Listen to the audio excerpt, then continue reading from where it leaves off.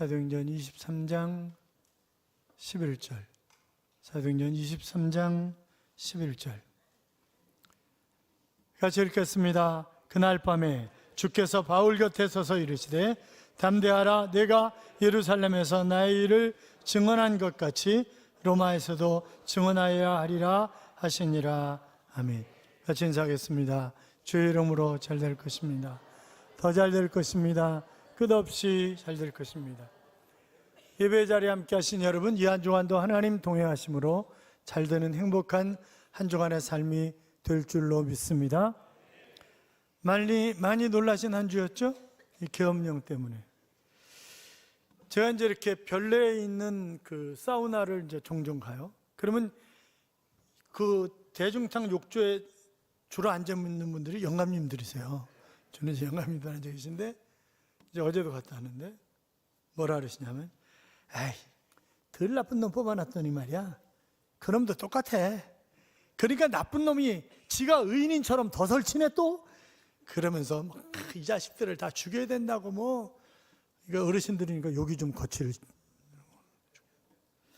그러면서 또 이런 얘기도 하시더라고요.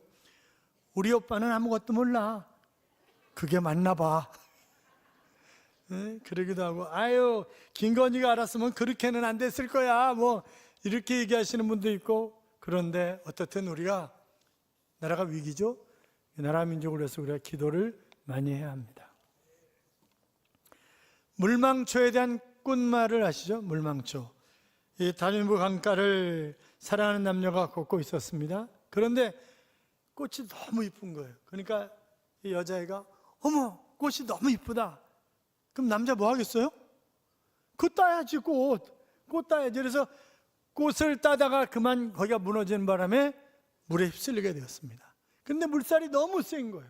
아무리 헤엄을 쳐도 팍 떨려 내려가는 거죠. 그러니까 여자애가 막 같이 따라가면서 어머 어떡해 그러는데, 결국 나중에 어떻게 할 수가 없으니까 이 남자가 땄던 그 꽃을 확 던지면서 제발 나를 잊지 말아줘, 제발 나를 잊지 말아줘. 그래가지고 그 꽃을 갖다가 그 남자의 무덤에 꽂았다는 거 아니에요. 그리고 잊지 말아달라, 물망초라고 하는 그런 이름을 지었다 하는 썰인지 진짜인지는 모르겠지만 하여튼 그런 얘기가 있습니다. 그 후에 카르티스 형제가 곡을 만들었고, 이 기글리가 노래를 불렀고, 영화 물망초라고 하는 영화가 있었죠. 영화를 안 보시니까 모르시는구나. 오직 성경. 저도 영화를 잘 안 보기 때문에 영화를 거의 모릅니다. 그리고 영화 배우도 제가 아는 사람 한 사람 있었는데 죽었다 그랬잖아요. 율 브린너. 머리가 벗겨진 율 브린너. 그 사람 머리 벗겼으니까 알고 나머지는 잘 몰라요. 이 물망초라고 하는 영화에서 테너 페루치오 탈리아비니가 출연해서 노래를 불러서 세계적인 선풍을 일으켰다고 이렇게 알려져 있습니다. 그 후에 여러 사람들이 많이 불렀죠. 루치아노 파바로티가 불러서 대중의 사랑을 받았고, 그래서 이 강물에 잠겨 세상을 떠나는 남자는 사랑하는 여인의 기억 속에 남아있기를 원했던 것 아니겠습니까? 여러분, 누군가에게 기억된다고 하는 것은, 특별히 사랑하는 사람들에게 기억된다고 하는 것은 참 좋은 일이죠. 하나님은 우리를 지극히 사랑하실 뿐만이 아니라 우리가 아주 작은 일을 한 그것조차 잊지 않고 기억하시겠다, 그렇게 말씀하셨는데, 그래서 소자의 냉수 한 그릇이라도 그렇게 말씀하셨잖아요. 하나님께 기억되고 인정되는 그런 하나님의 자녀들이 되시기를 주님의 이름으로 축원합니다. 사도행전 23장은 산헤드린 공회 앞에서 이 사도 바울이 변명하는 그런 변명과 그로 인한 이 바리새인과 사두개인들의 분노, 그리고 바울의 가이사랴 호송이 주된 내용으로 나오는 그런 장입니다. 바울은 지금까지 복음 때문에 우리가 보았던 것처럼 수많은 어려움을 겪었습니다. 그런데 지금 이제 자기가 어떻게 복음을 전하게 되었는지, 그리고 어떻게 세례를 받게 되었는지, 이런저런 문제를, 이방인들에게 왜 복음을 전하게 되었는지에 관한 그런 이야기를 해왔어요. 그런데 지금 산헤드린 공회, 아주 죄송해요 이렇게 표현해서 안 좋은 놈들이 모여있는데, 이제 그게 산헤드린 공회예요. 그러니까 본래 이제 상당한 여러 가지 조건이 탁월한 그런 귀족들이 모여 있는 것이 산헤드린 공회인데, 그런데 예수님이 십자가에 못 박혀 돌아가실 때 가짜 증인을 만들고 이래가지고 예수는 못 박는데 앞장섰던 인간들이 바로 산헤드린 공회의 의원들입니다. 그러니까 지금 바울이 그 앞에서 심판을 받는 거니까 그게 뭐 결론은 뻔한 거 아니겠어요? 너 죄인이야? 너 죽어야 돼. 그런 결론을 내놓고 지금 작업을 심판을 하고 있는 것이란 말이죠. 이런 상황 가운데서 바울이 자기의 변명을 하면서 아주 최선을 다해서 변명하는 그런 모습을 볼 수 있고, 또 주님이 곁에 서서 담대하라 이렇게 말씀하시는 그런 이야기가 오늘 본문에 나오는데, 우리가 살아가면서 정말 담대하기 힘든 그런 상황들이 많이 와요. 그렇잖아요? 그런데 지금 담대하라는 거예요. 그러면 우리가 어떻게 해야 담대하게 살아갈 수 있는가라고 하는 것을 본문에서 유추해낸다고 한다면, 첫째는 주님이 내 곁에 서 계신다라고 하는 것을 믿어야 내가 담대할 수 있다라고 하는 것입니다. 예수 그리스도를 구주와 주님으로 영접하면 주님은 내 안에 들어와 계십니다. 믿으십니까? 그 주님이 나와 함께 하시는 거예요. 임마누엘 되시는 하나님, 그 하나님이 세상 끝날까지 너희와 함께 하겠다 그렇게 약속을 하셨고 함께 하시겠다 지금 바울에게 그렇게 말씀하시는 거예요.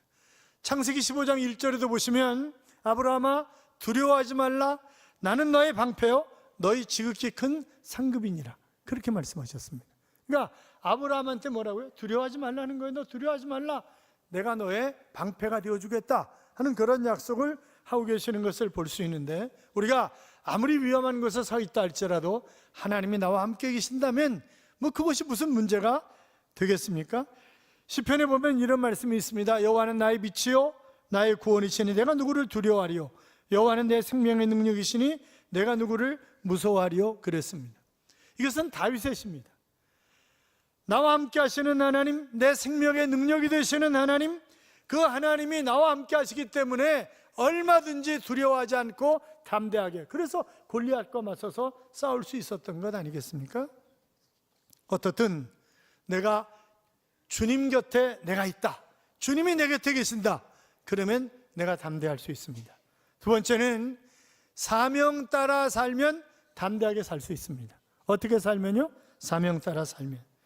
자, 바울을 사랑하시고 바울과 함께 하시고 대신 싸우셔서 반드시 바울이 승리하는 그런 삶을 살아가게 하실 터인데, 그런데 지금 왜 그러면 하나님이 바울과 함께 하시고 끝까지 그를 보호하시고 지키시는가? 바울이 해야 할 일이 있기 때문에 그런 거예요. 여러분, 그러니까 잘 생각을 해야 돼요. 내가 병원에서 뭐 사형 선고를 받았든지 아니면 내가 어떤 위기에 처해 있든지 그런다 할지라도 내가 할 일이 있으면 하나님 날 봐주신다 이 말이에요. 내가 해야 할 일, 그러니까 내 사명이 뭔가 그것을 깨닫고 하나님 이 사명을 감당하게 해달라고 하나님 앞에 간곡히 부탁하면 그 하나님이 나를 봐주시는 거예요. 그렇잖아요. 그러니까 지금 하나님 뭐라고요? 이렇게 말씀하시잖아요. 담대하라, 내가 예루살렘에서 나의 일을 증언한 것 같이 로마에서도 증언하여야 하리라. 지금 바울은 로마에 가서 복음을 전해야 할 사명이 있는 거예요. 그러니까 하나님이 그를 로마에까지 가서 복음 전하도록 살리시는 거죠.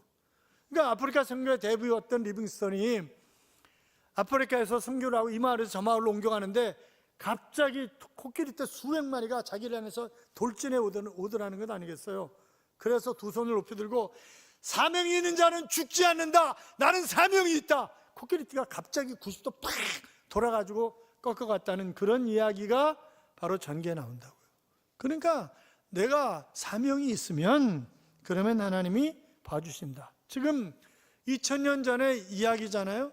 얼마나 힘들고 어려운 그런 사명 감당이었겠어요. 그가 1차, 2차, 3차 전도여행을 하면서 수없이 맞았고 죽을 고비를 수없이 넘겼고 예루살렘에 올라오는 것도 이미 올라가면 어떤 일이 벌어질 것인가를 성령이 가르쳐 주셨고 여러 사람들을 통해서 확인해 주셨습니다. 그럼에도 불구하고 환난과 핍박이 기다리고 있지만 그는 예루살렘에 올라오는 것입니다. 왜요? 주님이 원하시는 일이기 때문에 기꺼이 그것을 감당하는 거죠. 따라서 우리가 사명이 있으면 절대 죽지 않는다, 사명이 있으면 얼마든지 담대할 수 있다라고 하는 것입니다. 셋째는 양심 따라 살면 담대할 수 있습니다. 양심 따라 살면. 1절에 보면 형제들아 오늘날까지 내가 범사의 양심을 따라 하나님을 섬겼노라 그랬습니다. 여기 양심이라고 하는 단어는 우리가 일반적으로 생각하는 그런 양심이 아니라 바로 히브리인들의 양심, 하나님 앞에서 바른 양심, 바른 신앙, 그것을 지금 이야기하는 것입니다. 도덕적으로 흠이 없고 깨끗한 그 상태를 양심이 있다, 그렇게 표현을 하는 것입니다. 자, 바울의 편지 가운데도 정결한 양심이라고 하는 그런 표현이 나옵니다만, 여러분 양심이 타락하고 양심이 변질되고 양심이 이질화된 경우를 우리가 너무 많이 보잖아요. 양심이 빗나가면 모든 것이 다 빗나가는 것입니다. 어떤 과학자가 열심히 연구를 해가지고 인공인간을 만들었어요. 그리고 이제 자기 친구 과학자들, 자기 아는 지인들을 다 불러놓고 거창하게 예식을 행한 후에 보통판 딱 누르면 이 인공인간이 탁 일어나가지고 이제 활동을 할 거란 말이죠. 그래서 버튼을 딱 눌렀어요. 그랬더니 이놈이 고개 숙이고 쭈그리고 앉아있던 놈이 딱 고개를 들더니 눈을 부릅뜨고 딱 쳐다보는 거예요. 그러더니 일어나는데 키가 어마어마하게 큰 거예요. 구척이나, 그러니까 뭐 거의 3m 가까이 되는 키고 얼굴도 너무 잘생긴 거예요. 그런데 이놈이 뚜벅뚜벅 자기를 만든 과학자를 향해서 걸어오더니 머리통을 막 내려치는 거죠. 그래가지고 그 자리에서 과학자가 즉사를 했대요. 그런데 사람들이 다 도망간 거죠. 그러면서 저 인공인간에게 양심이라는 것을 집어넣어 주지 못했구나. 여러분 누가 만든 얘기인지는 잘 모르겠지만 양심은 누가 뭐 이렇게 해주는 게 아니잖아요. 하나님이 우리에게 주시는 것이지. 그런데 그 양심을 잘못 사용해가지고 거기를 더럽히게 흑칠하고 죄로 칠하고 이러는 것 아니겠습니까? 사도 바울은 양심을 따라 하나님을 섬겼다고 분명히 천명을 하고 있습니다. 그러니까 양심을 따라라고 하는 말은 하나님을 믿는 신앙에 따라라고 하는 그런 의미의 말이기도 합니다. 그러니까 이것은 지금 내가 고난을 당하는 것이 학술적인 문제가 아니라 철학적인 문제가 아니라 바로 하나님을 믿는 신앙 때문에 내가 지금 고난을 당하고 있는 것입니다 라고 하는 그런 얘기죠. 그러면서 억지로가 아니라 자유롭게 내 양심의 자유를 따라 행했다 하는 그런 이야기를 하고 있습니다. 여러분 양심이 무엇입니까? 아마 초등학교 아이들한테 양심이 뭐냐고 물으면 거짓말할 때 가슴이 두근거리는 거 아니에요? 못된 짓 하다가 그 다음에 얼굴이 뻘거지는 것 아니에요? 뭐 이렇게 얘기할 수도 있겠죠. 그러나 진짜 양심은 좋은 일을 할 때 기뻐하고 또 선한 일을 할 때 행복감을 느끼고 그런 것들이 선한 양심 아니겠습니까? 지금 바울은 억지로가 아니라 자유롭게 가장 자유로운 양심에 의해서 하나님을 섬겼다. 그러니까 깨끗하고 정직한 그런 양심을 따라서 지금까지 이방인들에게 복음을 전하는 것이고 하나님의 일을 해온 것이라고 하는 그런 이야기를 하고 있는 것입니다. 자, 담대하게 사는 것이 우리가 어려워요. 그런데 그 어려운 삶을 살아갈 때 오는 그런 결과가 뭐냐? 죄인들이 분노합니다. 이게 양심 따라 살고 담대하게 살아가는데 그런데 죄인들이 분노해요. 여러분 그거 아세요? 못된 놈이 더 팔짝팔짝 뜁니다. 못된 놈이. 그러니까 그 전에 제가 부교육자 생활을 할 때 그 관리 집사가 운전을 하는데 차를 집에 가지고 가지 마라. 이제 영등포구 대림동이었으니까 평강교회가. 그런데 이 친구는 수원에 사는 친구예요. 그런데 몰래 교회 차를 가지고 나간 거예요. 그리고 또 술 한 잔을 걸치고, 그리고 이제 수원까지 가다가 군포 사거리에서 25일 날, 그러니까 26일 새벽이죠. 25일 날 밤에 새벽에 술 취해가지고 횡단보도를 건너는 사람을 딱 쳤어요. 그래가지고 문제가 생긴 거죠. 문제가, 그 사람이 죽었어요. 그러니까 뭐 한 사람이 교회 찾아가지고 펄펄거리고, 제가 이제 목사님은 피신 가시라고, 그리고 내가 행정 책임자요, 그러니까 까불지 말고 담임 목사 나오라, 이 새끼 나오라 그래 빨리, 막 이러고 소리 지르고 난리를 치더라고요. 그러더니 뭐 벽돌로 제 등어리 찍고 막 이제 그러고 그러는데, 이제 그게 결정적인 실수였죠. 그러면 그 친구가 왜 그렇게 설득을 했냐? 보험금 나오면 더 많이 받으려고. 이유가 그거였어요. 다른 이유가 아니었어요. 어제까지 형수였어요. 그때 이제 보험회사에다 얘기를 해서 최고의 보험금을 받도록 해줬어요. 5천만 원. 그 당시에 80년대 초중반이니까 그 당시에 5천만 원이면 지금 5억보다 더 많은 거예요. 훨씬 더 많은 거죠. 그러니까 어제까지 형수님이었어요. 오늘은 야 이년아 네가 어느 놈한테 시집 갈지 내가 어떻게 아냐고. 야 이거 사람 인간 돈 앞에서 이거 인간이 안 돼. 그러니까 제일 소리친 놈이 제일 돈 먹고자 하는 놈이야. 그러니까 봐봐요. 다 정치인들도 그 제일 소리치는 놈이 누구야? 제일 나쁜 놈이야. 그 놈이 보면. 죄인들이 분노해요. 왜 이렇게 화를 내고 있습니까? 진지하게 한번 생각을 해봐야 됩니다. 지금 죄인 취급하고 있는 거예요. 죄인으로 다루는 거예요. 그런데 바울이 자기는 양심에 따라 했다는 거예요. 하나님이 시킨 일이라는 거예요. 그리고 당신들이 칭찬하는 그 아나니아가 나의 눈을 뜨게 해줬고 다 그런 얘기를 한 거잖아요. 그러니까 지금 내가 의인이면 나 잡아서 족치는 사람은, 나 끌고 온 사람은 누구예요? 그 사람이 죄인이지. 그렇잖아요. 그래서 바로 내가 담대하게 살면 죄인들이 분노할 뿐만이 아니라 스스로 자신들이 죄인됨을 드러내는 것입니다. 아니 바울이 못할 만한 것도 아니잖아요. 양심을 따라 하나님을 섬겼다는데, 양심을 따라 하나님을 섬겼다는데 저놈의 새끼 주둥이 쳐, 딱 그러는 거예요. 대제사장이 입을 쳐라. 그러니까 표현을 고상하게 입으라 그랬지만 주둥이 치라는 거 아니에요? 주둥이를 쳐라 그러는 거예요. 이건 율법을 어기는 것입니다. 왜냐하면 죄됨을 판단하고 죄가 있을 때 태형을 가하는 것이지 주둥이를 치는 게 아니잖아요. 그런데 입부터 치라는 거예요. 저들은 양심을 하나님의 음성으로 해석을 합니다. 그러니까 내가 양심대로 살았다라고 하는 그 이야기를 듣고 뭐야? 하나님을 모독하는 저놈을 입부터 쳐라. 이제 그렇게 얘기하는 거죠. 그러니까 사실을 말하고 있지만 사실과 거리가 먼 이 악한 사람들이 참남한 말을 한다, 하나님을 모독한다 라고 하는 그런 죄로 입부터 치게 만드는 것입니다. 자, 3절 봐요. 3절 같이 읽어요. 바울이 이르되 회칠한다며 하나님이 너를 치시리로다. 내가 나를 율법대로 심판한다고 앉아서 율법을 어기고 나를 치라 하느냐. 아멘. 자, 율법을 어기고 어떻게 나를 치라고 그러냐고. 죄가 아직 구분되지도 않았는데, 그랬더니 한 사람이 옆에서 당신이 제사장을 욕하냐, 그렇게 이야기를 합니다. 그러니까 나는 몰랐다.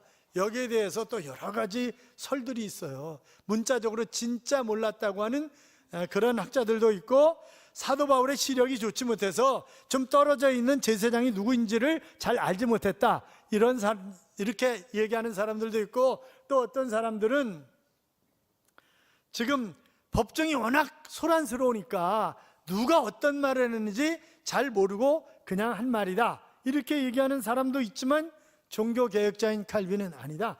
바울이 몰랐을 리가 없다. 이게 대장이 누군지 몰랐을 리가 없다. 분명하게 알고 한 말이다. 그런 주장을 하고 있습니다만, 또 어떤 학자들은 일부러 빈정거리면서 한 말이다, 그렇게 얘기하는 사람들도 있어요. 그런데 출애굽기 22장 28절을 인용해서 이야기를 한 거거든요. 나는 그가 대제사장인 줄 알지 못하노라. 기록하였으되 너희 백성의 간원을 비방치 말라 하였느니라. 그렇게 기록하고 있습니다. 그러니까 재판정에 앉아있는 사람, 그 사람이 누구인지 내가 정확하게 몰랐다. 그래서 내가 함부로 이야기를 한 것이지, 만약 알았다라고 한다면 내가 결단코 함부로 말하지 않았을 것이다. 이제 그런 얘기를 하는 거죠. 그런데 여러분, 여기서 우리가 한번 생각해 볼 문제가 있습니다. 어떻게 보면 사두개인 바리새인보다 더 나쁜 사람들이 종교 지도자의 탈을 쓴 사람들이었어요, 그 당시에. 그러니까 제사장, 대제사장들이 얼마나 부자였는지 몰라요. 왜? 다 착복을 했거든요. 다 착복을 하고, 그러니까 어마어마한 짓을 재판하면서 뭐 못된 짓, 하여튼 별짓을 다 한 거예요. 특별히 이스라엘이라고 하는 나라가 종교 국가잖아요. 그러니까 뭐 재판을 빙자해서 이런저런 것을 빙자해서 엄청난 부와 명예를 갈취했던 사람들이 바로 종교 지도자들이었다고요. 그런데 이상하죠? 보세요. 예수님이 대제사장에게 끌려서 신문을 받고 여러 가지 어려움을 당하고 결국 십자가에 못 박혀 돌아가셨습니다. 그런데 화 있을진저 제사장들이요, 그렇게 얘기하신 얘기 한 번도 없어요. 화 있을진저 바리새인들이요, 화 있을진저 서기관들이요, 이렇게 얘기를 하셨지, 단 한 번도 더 악한 제사장들을 향해서 화 있을진저 제사장들이요, 그렇게 얘기하지는 않습니다. 이상하잖아요. 왜냐하면 제사장들은 하나님이 기름 부어 세우신 사람들이기 때문에 하나님이 직접 다루기를 원하시는 것이지 사람들을 통해서가 아니기 때문에 그렇게 하신 거예요. 그러니까 우리가 다윗이 사울왕을 죽일 수 있는 기회가 여러 차례 있었잖아요. 그런데 안 죽이잖아요. 왜? 하나님이 기름 부어 세우신 왕을 내가 함부로 할 수 없다는 게 다윗의 신앙이었어요. 자, 어떻든 우리가 이 담대하게 살아갈 때 죄인들이 분노하고 스스로 죄인임을 드러낸다 뿐만이 아니라 내가 담대하게 살아가면 끝내는 내가 가지고 있는 꿈, 내가 가지고 있는 소원을 이루게 되는 것입니다. 자, 11절 봐요. 11절 본문 다시 같이 읽어요. 그날 밤에 주께서 바울 곁에 서서 이르되 담대하라, 내가 예루살렘에서 나의 일을 증언한 것 같이 로마에서도 증언하여야 하리라 하시니라. 아멘. 자, 주님이 내 곁에 서 계신다는 거예요. 사랑하는 여러분, 주님이 내 곁에 계심을 믿으십니까?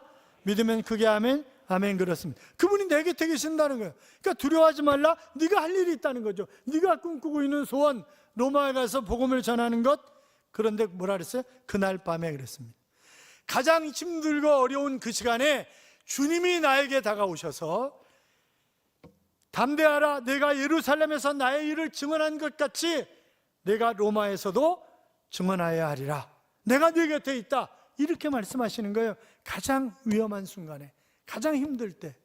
사랑하는 여러분, 인간의 마지막 절벽 위에 선 것은 그때가 하나님이 역사하실 시간입니다. 자, 용기를 내라, 두려워하지 말라는 거죠. 그런데 누가 성경에 두려워하지 말라, 담대하라 라고 하는 것이 몇 번이나 나올까 조사를 했대요. 그랬더니 365번이 나오더랍니다. 그래서 하나님이 매일같이 두려워하지 말고 담대한 삶을 살아가라고 365번을 허락하셨구나, 그렇게 생각한다고 하던데, 오늘부터 가서 읽어보세요. 그래서 두려워하지 말라, 담대하라 빨간줄 착착 치면서 몇 번 나오나 한번 조사를 해봐요. 여러분, 2년 후에 바울이 로마에 입성하게 됩니다. 그러니까 주님이 이야기하신 것처럼, 그런데 주님이 그렇게 말씀하시죠. 네가 언제, 어느 시에, 어떤 방법을 통해서 로마에 들어가라, 그런 얘기 안 하셨어요. 그런 얘기 안 하셨어요. 그러니까 내가 궁극적으로 꿈과 소원을 이루고 해피엔딩으로 끝나지만 그 과정은 얼마든지 역경과 고난이 올 수도 얼마든지 있다는 거죠. 푸른 초장만 있는 것이 아니라 골짜기도 있을 수 있고 절벽도 나오고 이런저런 것들이 다 있는 거예요. 그러나 마지막은 해피엔딩이다 라고 하는 그런 얘기입니다. 사랑하는 성도 여러분, 주님의 함께 하심을 믿으시기 바랍니다. 사명 따라 살면, 양심 따라 살면 됩니다. 그러면 담대할 수 있습니다. 때때로 수많은 어려움이 다가오지만 주님이 내 곁에 서 계십니다. 두려워하지 마십시오. 소원은, 꿈꾸는 것은 이루어집니다. 주님과 함께 담대하게 승리의 삶을 살아가는 하나님의 자녀들이 되시기를 주님의 이름으로 축원합니다. 축원합니다. 이런 찬양이 있어요. 담대하라라고 하는 찬양인데, 하나님의 자녀는 하나님이 기르시네. 너는 두려워 말아라. 주 너를 지키리. 담대히 길을 걸어라. 삶의 폭풍이 올 때 낙심하지 말라. 주께서 인도하시니 두려워 말라. 담대히 길을 걸어라. 담대하라, 담대하라. 주께서 너와 함께 하신다. 담대하라, 담대하라. 주께서 너와 동행하신다라고 하는 그런 찬양입니다. 여러분, 그렇습니다. 하나님이 우리의 아버지시고 주님이 우리를 부르셨습니다. 그 주님이 세상 끝날까지 함께 하시겠다고 약속하신 것입니다. 그러므로 그 주님은 동행하시는 분이고 하나님은 우리를 기르시는 분이십니다. 그러므로 우리가 두려워할 필요가 없습니다. 담대함으로 멋지게 꿈을 이루어가는 하나님의 자녀들이 되시기를 주님의 이름으로 축복합니다. 축복합니다.